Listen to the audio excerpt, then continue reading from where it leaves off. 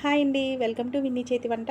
ఈరోజు వీడియోలో ప్లెయిన్ పలావ్ని ఎలా తయారు చేసుకోవచ్చో చూపిస్తాను. చాలా తక్కువ టైంలో తక్కువ ఇంగ్రీడియంట్స్తో ఎలా తయారు చేసుకోవాలో ఈ వీడియోలో మీకు చూపిస్తాను. మీరు కూడా ఇంట్లో తప్పకుండా ట్రై చేయండి. మరి ఈ ప్లెయిన్ పలావ్ని ఎలా తయారు చేసుకోవాలి, ప్రాసెస్ ఏంటో చూపిస్తాను. వీడియో అయితే ఎక్కడ స్కిప్ చేయకుండా చూసేయండి. ఫస్ట్ టైం వీడియో చూస్తున్న వాళ్ళైతే మా ఛానల్ని సబ్స్క్రైబ్ చేసుకోండి.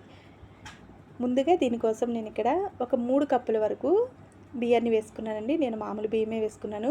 చూపించే ఈ కప్పుతో 3 కప్పులు అయితే వేసుకున్నాను. వీటిని శుభ్రంగా కడిగేసుకుని కొద్దిగా నీళ్ళు పోసి పక్కన పెట్టుకోండి.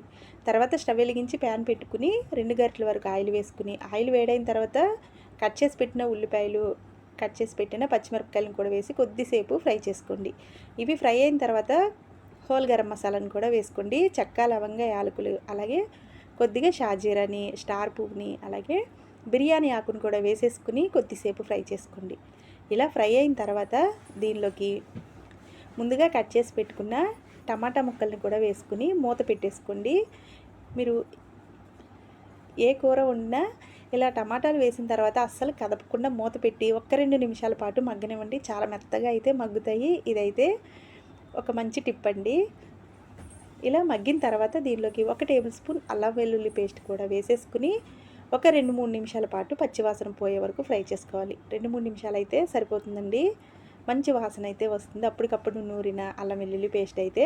తర్వాత దీనిలోకి కట్ చేసి పెట్టిన కొత్తిమీర, పుదీనాను కూడా వేసేసుకుని ఒకసారి పూర్తిగా కలిపేసుకోవాలి. ఇది వేగిన తర్వాత మనం తీసుకున్న 3 కప్పుల బియ్యానికి 1 కప్పుకి 1.5 కప్పు నీళ్ళు ప్రకారం 4.5 కప్పుల వరకు నీళ్ళు పోసి బాగా మరిగించుకోవాలండి.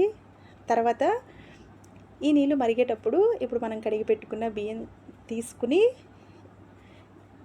నీళ్ళు వంపేసుకుని ఈ విధంగా బియ్యం మాత్రం దీనిలో వేసేసుకోవాలి. ఇప్పుడు దీనిలోకి రుచికి సరిపడా ఉప్పు వేసుకోండి. ఈ టైంలోనే ఉప్పు సరిపోయింది లేనిది కూడా చూసుకుని, ఒకవేళ సరిపోకపోతే కొద్దిగా వేసేసుకోండి. ఇలా చూసుకున్న తర్వాత మూత పెట్టుకుని మధ్య మధ్యలో చూసుకుంటూ ఒకసారి తిప్పుకుని ఒక 10-15 నిమిషాల పాటు ఫ్లేమ్ని మీడియంలో పెట్టేసి ఉడికించుకుంటే మనకి ప్లెయిన్ పలావ్ అయితే రెడీ అయిపోయిందండి. చాలా పర్ఫెక్ట్గా దీన్ని మనం తయారు చేసుకోవచ్చు. మీరు కావాలి అంటే బాస్మతి రైస్తో కూడా ఈ రైస్ని మీరు ప్రిపేర్ చేసుకోవచ్చు. వేడివేడిగా చికెన్ కర్రీతో కానీ పెరుగు చట్నీతో కానీ తింటే భలే రుచిగా ఉంటుందండి.